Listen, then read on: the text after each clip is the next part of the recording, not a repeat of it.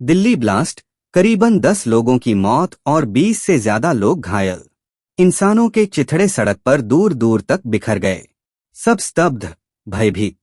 पीछे रह गए मौन से पड़े कुछ सवाल, कुछ गुस्सा।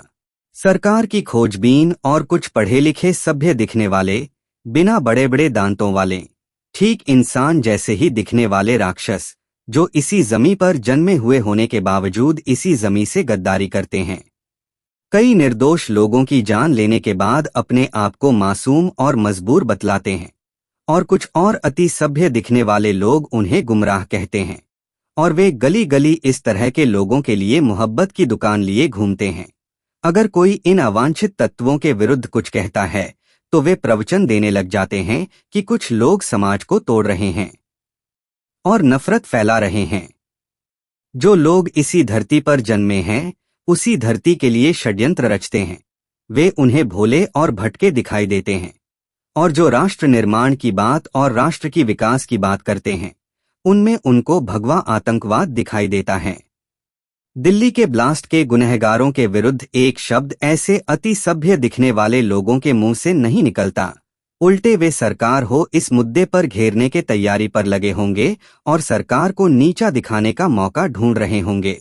सरकार तभी 100% सही काम कर सकती है जब देश का प्रत्येक जन ईमानदार हो और अपने स्तर पर अपना काम पूरी कर्तव्यनिष्ठा के साथ निभा रहा हो। लेकिन यहाँ तो जाने किस शाख पर कौन सा आत्मघाती बैठा हुआ है पता नहीं, जो इसी धरती पर जन्म लेकर भी इसी धरती को लहूलुहान करने के फिराक में बैठा है।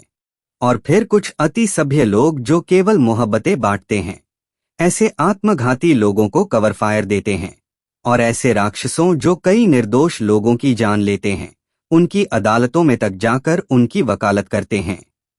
जहां एक ओर वे आतंकवाद को केसरिया नाम देते हैं, वहीं दूसरी ओर जहां धर्म की आड़ लेकर निर्दोष लोगों को मारा जाता है, उन लोगों के विरुद्ध एक शब्द बोलने में ऐसे अति सभ्य लोगों की जुबान तक सूख जाती है।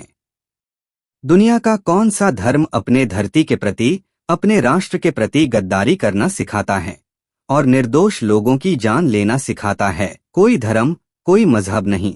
अगर कोई सिखाता है तो वह धर्म हो ही नहीं सकता है, क्योंकि धर्म सत्य, निष्ठा, न्याय, त्याग, दया, पवित्रता व ईमानदारी को धारण करता है।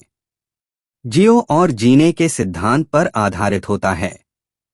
भारत के हर राष्ट्रभक्त को अब जहां इस प्रकार के इन आत्मघाती, अंदर और बाहर के गद्दारों से सतर्क रहना होगा, वहीं इन कवर फायर देने वाले अति सभ्य लोगों से भी बचना होगा। तभी हमारा यह भारतवर्ष सुरक्षित रह सकता है और इसके लोग संरक्षित। इसी के साथ टी न्यूज से भूपेंद्र सिंह रावत। कम समय में अधिक व सटीक खबरों के लिए सब्सक्राइब करें इस चैनल टी न्यूज को, क्योंकि टी टाइम होता है चाय की चुस्की के साथ केवल खबरों की खबर रखने के लिए। धन्यवाद। जय भारतवर्ष, जय हिंद, प्रणाम।